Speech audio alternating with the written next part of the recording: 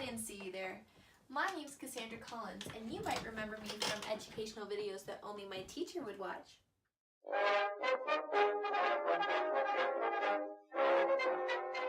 Meet my friend Lucas. Like many teenage boys, he didn't plan ahead. He started his assignment the day it was due.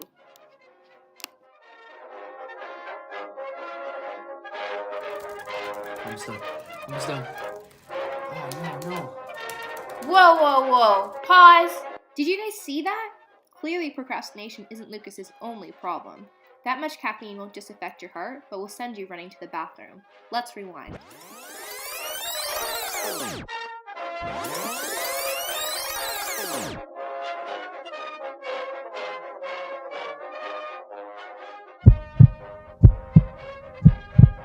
Welcome to the inside of Lucas's heart. Let's take a look at the normal function of his heart before he consumed all that caffeine. Your heart requires an action potential to beat normally. An action potential is a change in electrical charge that flows from the SA node to the ventricles. Let's take a closer look at the ventricles.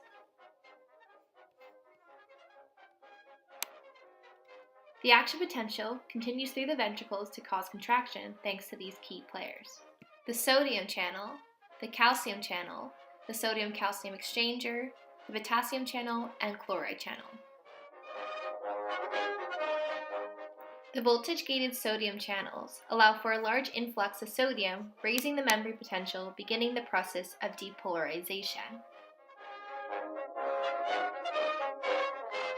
The sodium-calcium exchanger pumps sodium out and calcium in a 3-to-1 ratio.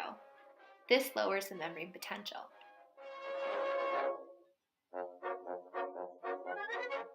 Eventually, these L-type calcium channels open, which allow an influx of calcium ions. This calcium influx activates a receptor called the ranitidine receptor, which sits on the sarcoplasmic reticulum, a storage site for calcium within the cell. Now let's see these channels in action.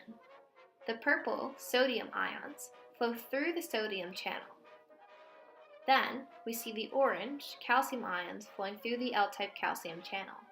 The movement of these ions into the cell increases the positive charge representing depolarization.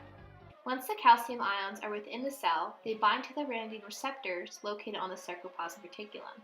This signals the sarcoplasmic reticulum to release more calcium into the cell. Calcium then floods the cell and initiates the heart to contract. Simultaneously, potassium channels are opened, allowing for potassium efflux, leading to the repolarization to the resting memory potential, thus causing the heart to relax. Now we can see the pink potassium ions leaving the cell through these potassium channels. These positive ions leaving decreases the memory potential, repolarizing the cell. Now let's listen in on Lucas's heart after all that caffeine. An excess amount of caffeine in a short time frame affects ventricular muscle receptors. Caffeine causes the ranitidine receptors to become unstable, increasing calcium release, allowing the heart to contract more forcefully. Using our visual aid, we see how this destabilization causes the calcium to be released. This excess calcium within the cell can bind to the chloride channels, allowing the green chloride ions to leave the cell, which further increases the membrane potential. Calcium can also bind to the sodium-calcium exchanger. In order to attempt to control the levels of calcium within the cell, this exchanger will pump 1 calcium out for every 3 blue sodium ions into the cell. This action also positively increases the membrane potential.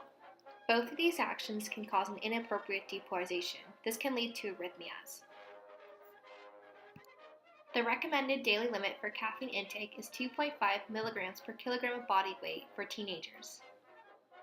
For example, for a person who weighs 120 pounds or 54 kilograms, this would look like about 1 cup of coffee, 3 cups of tea, or 3 bottles of soda.